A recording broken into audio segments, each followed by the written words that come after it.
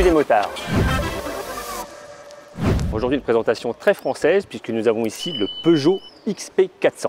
Le style est tout à fait actuel avec un mélange de sportivité et d'aventure. Ça évoque bien sûr des scooters déjà existants comme le Honda ADV 350 ou le XADV évidemment 750. On connaît déjà depuis quelques années. Donc on reprend une esthétique typée trail avec notamment ce béquet là avant. Ça peut même évoquer un trail très sportif comme le S1000 XR, un petit peu, des angles un peu partout sur le bouclier qui se poursuivent aussi sur une coque arrière assez large d'ailleurs qui offre un très bon accueil. Bref, une machine plutôt bien dessinée qui repose sur un châssis acier et qui embarque un tout nouveau moteur de 400 cm3 qui est assemblé en France. C'est un moteur à faible friction, ça se ressent parfaitement en dynamique, on a très peu de vibrations, c'est très agréable, on y reviendra. Cette mécanique dégage à peu près 36 chevaux à 8150 tours et 38 Nm à 5400 tours. Des valeurs qui sont assez élevées pour la puissance et ça se vérifie en dynamique, on y reviendra également. Une machine relativement longue, 1545 mm d'empattement, qui repose sur une fourche inversée de 41 mm, non ajustable. L'amortisseur arrière est placé de façon assez innovante. À l'horizontale, en haut ici, on a une barre qui est reliée au bras oscillant et qui donc renvoie les mouvements de cet ensemble sur la suspension. Donc on a un système de renvoi par biellette. C'est assez efficace et en plus c'est très sympa. Ça apparaît ici dans l'ajour du carénage. Je trouve ça plutôt agréable à l'œil. Ça dynamise un peu l'ensemble et ça apporte vraiment une bonne touche de modernité. Cette déclinaison de scooter est le modèle Allure. Donc on a ici des jantes à bâton. Sur le modèle que nous avons testé en dynamique, c'était le GT avec des roues à rayons tangentiels qui permettent d'embarquer des pneus tubeless. Et ces enveloppes ne sont pas n'importe lesquelles, ce sont des Pirelli Scorpion Rally STR, des pneus qui apportent un grip très convaincant à la fois sur route et un peu en off-road. On en a fait tout à l'heure, on n'a eu aucun souci, on les connaît très bien. Mention remarquable, la roue avant est en 17 pouces, la roue arrière en 15 pouces. Ce qui va permettre un guidage plus performant de la roue normalement en dynamique et notamment lors des passages off-road. On aura un guidage simplifié et un passage sur les aspérités plus convaincant, plus sécurisant. Pour le freinage, deux étriers à montage radial qui viennent pincer deux disques de 295 mm à l'avant et qui assurent des freinages plutôt convaincants, d'autant que le système est combiné avec un système CBS-ABS. Donc une pression sur l'avant vient entraîner un freinage aussi de l'arrière.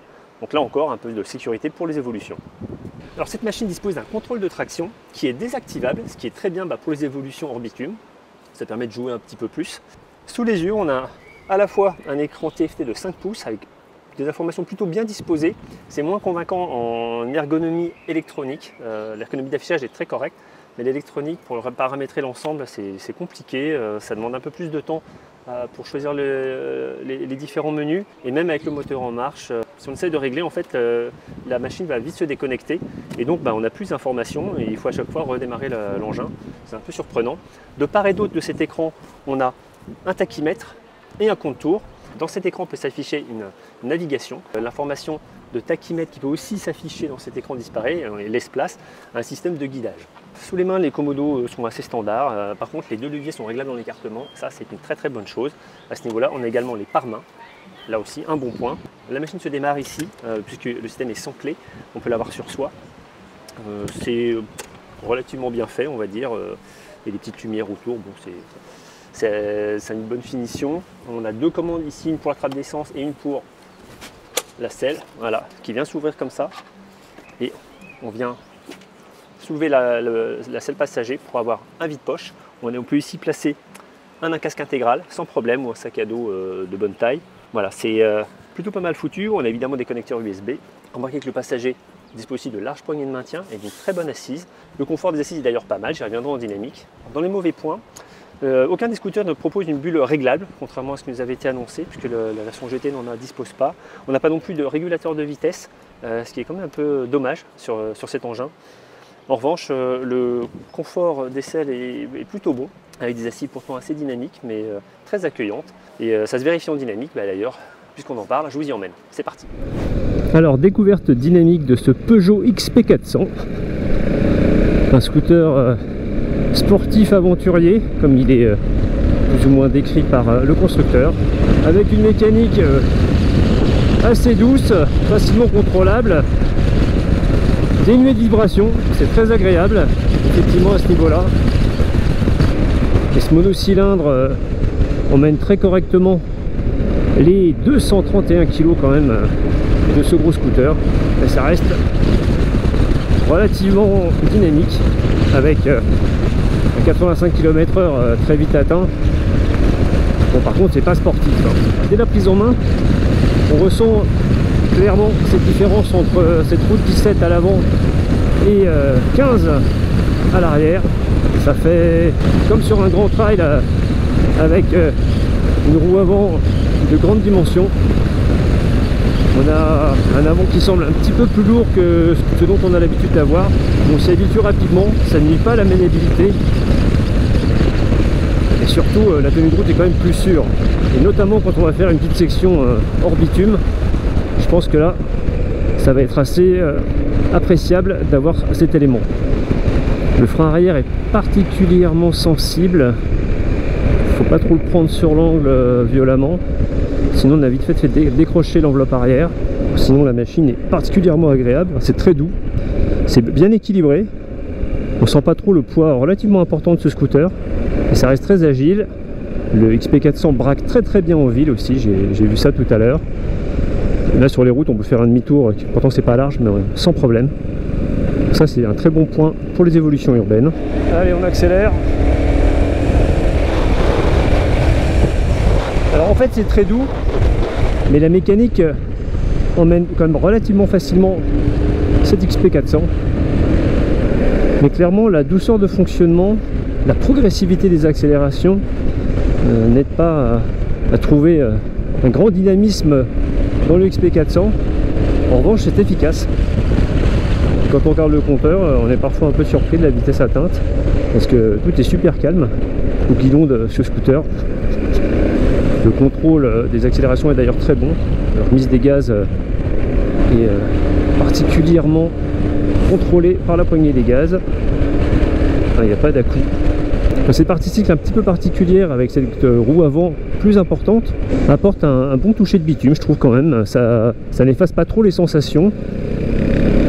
Ça réduit un tout petit peu l'agilité. En tout cas ça amène, je trouve, un bon contrôle du train avant. Et la répartition des masses me semble plutôt correcte. J'ai l'impression que l'ensemble positionne les masses assez correctement en termes de pourcentage avant-arrière. Enfin le confort est très correct. Même si la selle paraît un peu ferme, en fait à la longue c'est plutôt agréable. La position de conduite est bonne et l'amortissement également est assez remarquable. Un ensemble assez convaincant, dynamique, avec une protection là aussi conforme au segment. On pourra toujours piocher dans les accessoires pour une bulle plus haute, mais en standard ça fait le job. Allez, une petite partie hors bitume, histoire de rigoler un peu. On a d'excellents pneus sur cette machine qui donne beaucoup de satisfaction, beaucoup de grip à la fois sur bitume mais aussi sur le terrain plus meuble. Alors ce qui est bien c'est qu'avec ces pneus là on n'est pas inquiet quant au grip, même si cet engin est un peu lourd. On a un bon contrôle des évolutions. Bon, le moteur n'est pas violent donc clairement on peut pas faire du dérapage réellement contrôlé. Allez, petite bosse là. Alors quand ça secoue beaucoup sur du terrain un peu cassant, on sent les limites de la suspension. Allez, un petit bout d'autoroute pour se rendre compte que, à nouveau, les accélérations ne sont certes pas fulgurantes, mais on mène sans aucune difficulté le scooter à 120-130 km/h. Donc pas forcément très démonstratif, mais encore une fois efficace et parfait pour des évolutions périurbaines. C'est vrai qu'on aurait aimé un petit peu plus de vie mécanique. On n'a pas beaucoup de patates, mais par contre on a un ensemble encore une fois convaincant, avec un très beau style, en tout cas un engin à tester. Donc voilà, une prise en main très rapide de cet engin, mais bon, un petit peu de temps quand même pour voir que cet engin, cette XP400 est assez convaincant. On aurait bien aimé une mécanique un peu plus démonstrative, somme toute elle emmène quand même aux vitesses usuelles sans problème, mais sans expressivité. C'est un petit peu trop atone, on va dire. On aurait bien aimé que ça pulse davantage. En revanche, aucune vibration, c'est très doux tout le temps. Donc ça peut aussi être un avantage lors des évolutions urbaines et périurbaines. On a une protection qui est assez correcte pour d'ensemble, une déflexion plutôt convaincante. Un scooter qui présente une finition plutôt agréable à l'œil. On va regretter tout cet aspect-là du moteur. On sent que c'est quand même fait un petit peu à l'économie. On a beaucoup de carénage, de pièces plastiques. C'est un peu dommage. Autre point de finition, le puits de fourche, c'est pareil. Il masse assez mal tous les éléments qu'il peut y avoir à l'intérieur. Ça pourrait être un peu plus soigné. Si je fais autant de remarques sur ces points de détail, c'est que ce scooter s'affiche à 8 099 € en version Allure, 8 499 € en version GT. C'est un tarif élevé, plus élevé que ses concurrents, notamment l'ADV 350 Honda. Ça va être difficile de convaincre complètement, à mon avis, avec un tel tarif. Surtout que la machine pèse aussi d'ailleurs 230 kg, ce qui explique peut-être ce manque de peps lors des essais dynamiques. Voilà, tout ce qu'on pouvait vous dire à l'issue, encore une fois, de cette prise en main très rapide. On essaie de vous en dire davantage sur l'essai en ligne sur le repartdesmotards.com.